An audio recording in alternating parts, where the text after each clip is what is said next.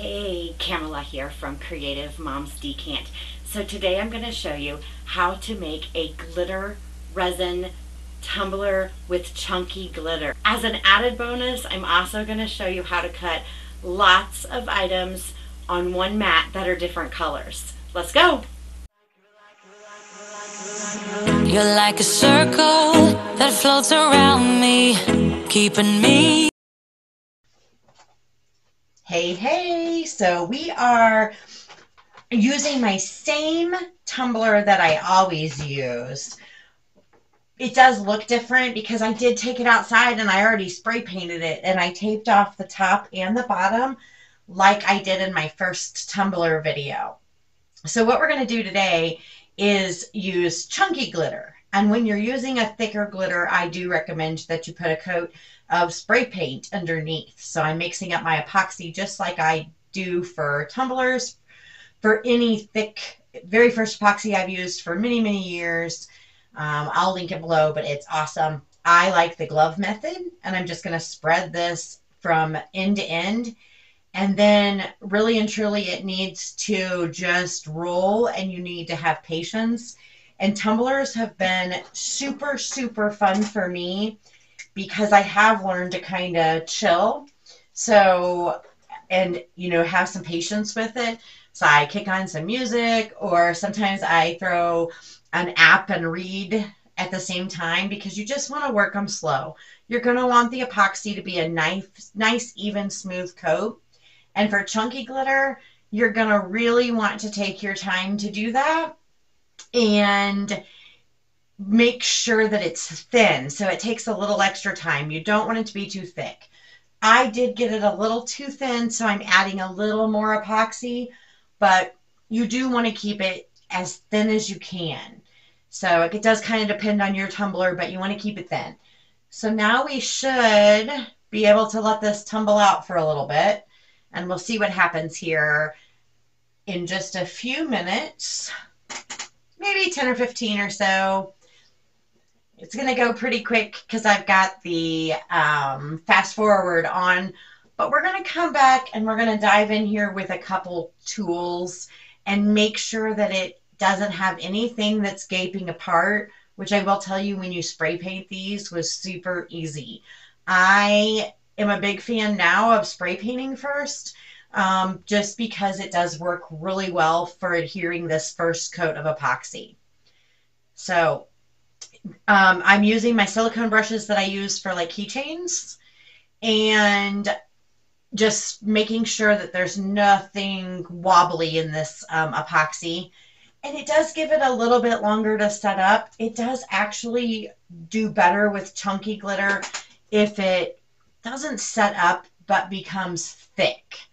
So we're going to want to work it, make sure it's smooth, and let it become thick. No more than 20 minutes. I can't give you exact measurements and times because every day is a little bit different with weather and things like that. It really does play a big role in epoxy. But no more than 20 minutes. And then we're going to add our glitter. So I'm going to finish rolling this out, and then we're going to get ready to show you how I add my chunky glitter.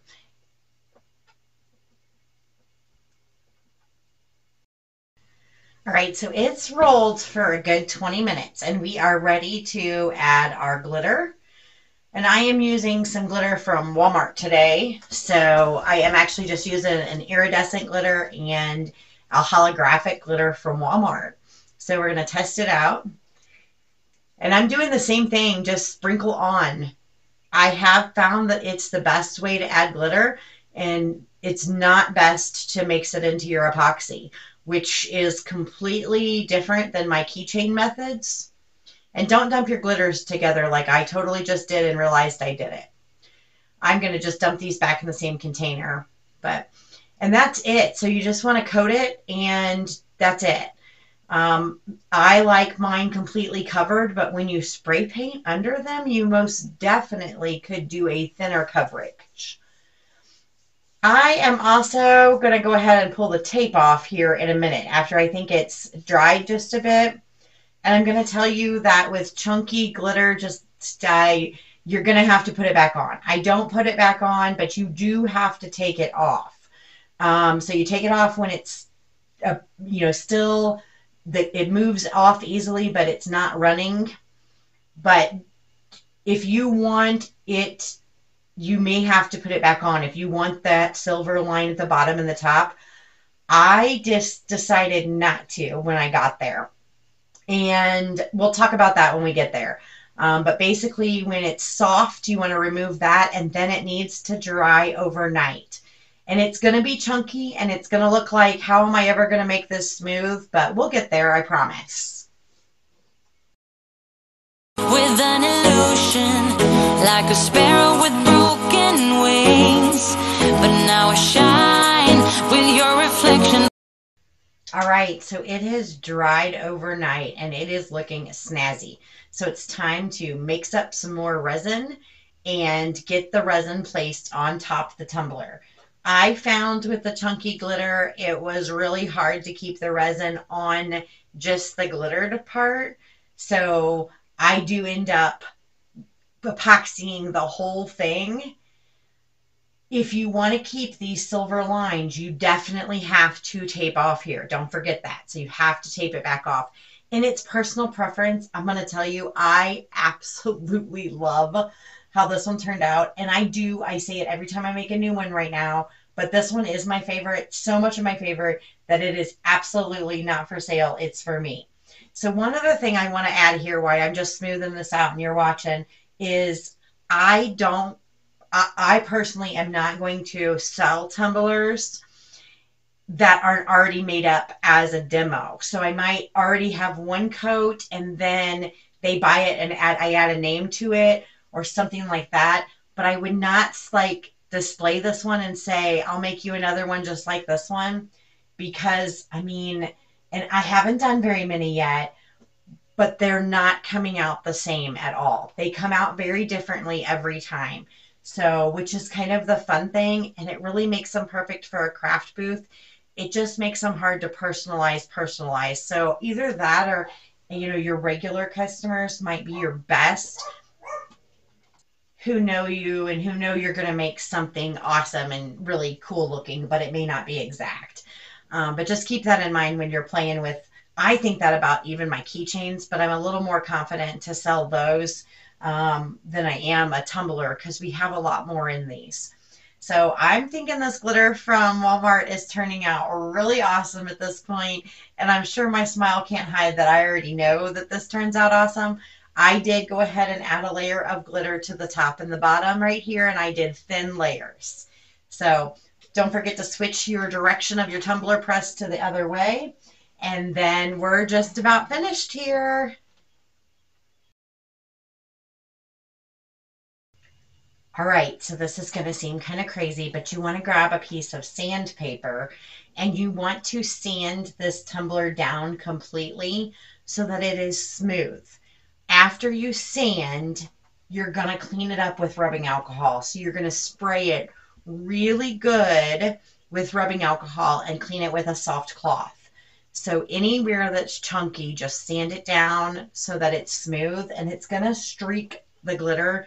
So you're going to see like scratch marks in your glitter, but it's okay.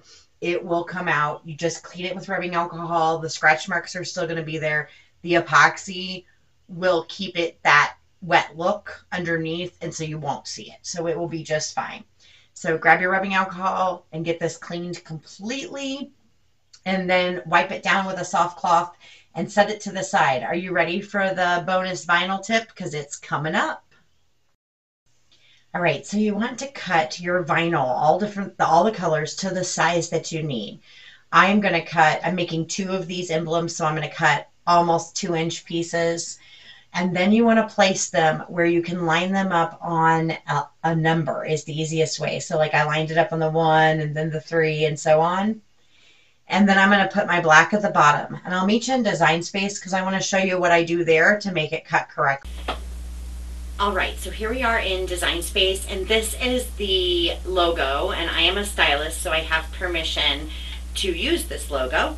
So I welded these 2 words together, and I need to cut all of these dots, and I don't want to load 7 mats.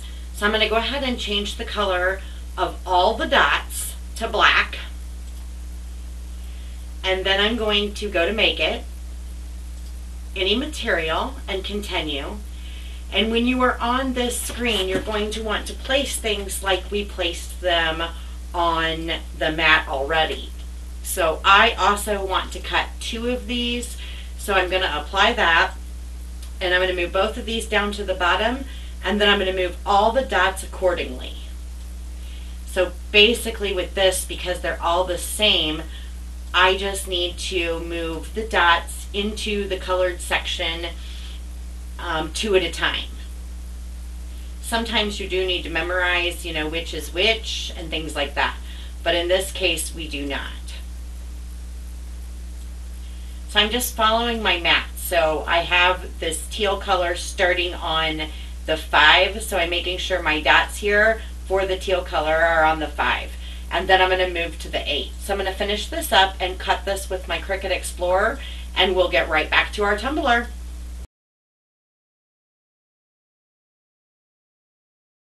All right, so I'm just going to load this, and it will cut right where we placed it on the design space mat. So just a cool little trick for being able to cut something much quicker than loading all these mats.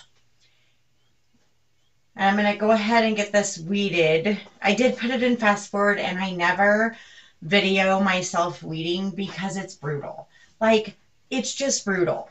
So I will tell you that I have the best luck with the Cricut vinyl. My second favorite, and sometimes even my first, just because it's more affordable 99% of the time, but is Caesar products. So adhesive vinyl and things like that. But it just, I'm horrible at weeding. Another reason to go sublimation. Yep, I had to remove the E. So anyway, here, there's my 2 cents. I did weed some different vinyls here, and it was kind of interesting to learn some things about doing them all at the same time. They're all permanent vinyls, but the Cricut and the Caesar were most definitely the easiest to work with. So I cut out an extra, and I'm not going to put you through the torture. And then I was furious because that sticky mat hooked to the that was a cheap mat, non-Cricut mat, and it just hooked really bad. So all right, our sanded down and cleaned tumbler is ready for this vinyl, and I worked hard for it, right? So I like to throw it right back on my turntable and place it on there. I know I didn't get this in screen, I'm sorry. It was really simple though, and it goes on. You've already sanded and cleaned it, so it really went on easily. All right, top coat of epoxy is where we're at. As soon as I got a few wrinkles out of letters. So you want this to all be smooth and make sure it's down really well. Here we go. All right, so we're putting 10 mils of epoxy on the entire tumbler because I didn't tape it off. And I absolutely love how this tumbler turned out. They dry again overnight's what I do. Basically, each step takes an overnight unless it's like when you're adding the glitter. So tumblers do take time, but I can tell you I am loving them. And this turned out so awesome. Likes and subscribes really, really help us. Thank you so much. Have a joyful day. With an illusion, like a sparrow with broken